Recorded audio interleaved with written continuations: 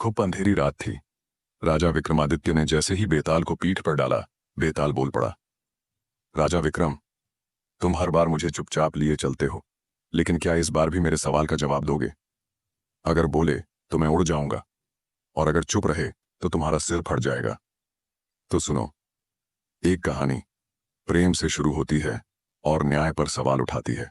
काशी नगरी में राजा प्रताप मुकुट का राज्य था। उनका इकलौता पुत्र वज्र मुकुट न सिर्फ रूपवान था, बल्कि हृदय से भी कोमल। एक दिन वह अपने मित्र दीवान के बेटे के साथ शिकार पर गया। घूमते घूमते वे एक सुंदर तालाब पर पहुंचे, जहां कमल खिले थे और आसपास हरियाली थी।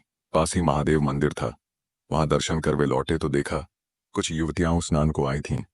उनके बीच एक थी जो सबसे अलग, सबसे सुंदर लग रही थी। राजकुमार उस पर से नजर नहीं हटा सका। युवती ने कमल का फूल निकाला और 5 इशारे किए। कान से लगाया, दांत से कुतरा, पांव से दबाया, सीने से लगाया और चली गई। दीवान का बेटा संकेत समझ गया।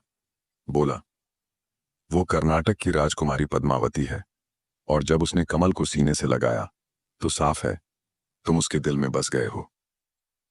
राजकुमार ने तुरंत कर्नाटक जाने का निश्चय किया। बहुत दिनों की यात्रा के बाद वे वहां पहुंचे।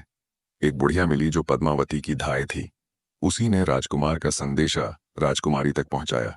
पहले तमाचा मिला, पर वो भी एक संकेत था। 10 दिन बाद मिलने का, फिर 3 दिन की प्रतीक्षा, और फिर खिड़की से आने का इशारा। राजकुमार रात को महल पहुंचा। पद्मावती ने उसे अपनाया और उनके बीच प्रेम का संबंध बन गया। यह सिलसिला कई रातों तक चला। एक दिन राजकुमार ने अपने मित्र से कहा कि पद्मावती ने खुद उसके लिए खाना बनवाया है। मित्र गंभीर हो गया।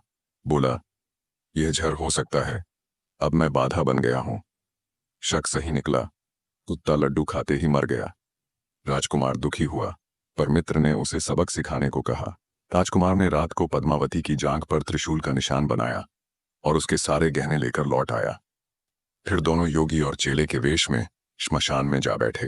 राजकुमार गहने बेचने गया, पकड़ा गया, राजा के सामने लाया गया। योगी दीवान का बेटा ने कहा, काली रात को डाकिनी आई थी, उससे ये गहने छीने और त्रिशूल का निशान बनाया। राजकुमारी की जांच हुई, वही निशान मिला। बेताल बोला, अब बताओ विक्रम, पाप किसका? राजा विक्रमादित्य बोले, पाप उस राजा का जिसने बिना जांच पड़ताल के बेटी को सजा दी। वाकई सबने अपनी भूमिका निभाई। प्रेमी ने प्रेम किया, मित्र ने मित्रता निभाई, और कोतवाल ने आदेश का पालन किया। न्यायाधीश ही दोषी है जिसने बिना सत्य को जाने फैसला सुना दिया। बेताल हंस पड़ा। उसकी खनकती आवाज गूंजी, राजन, तुमने फिर से सही उत्तर दिया। अब मैं चला।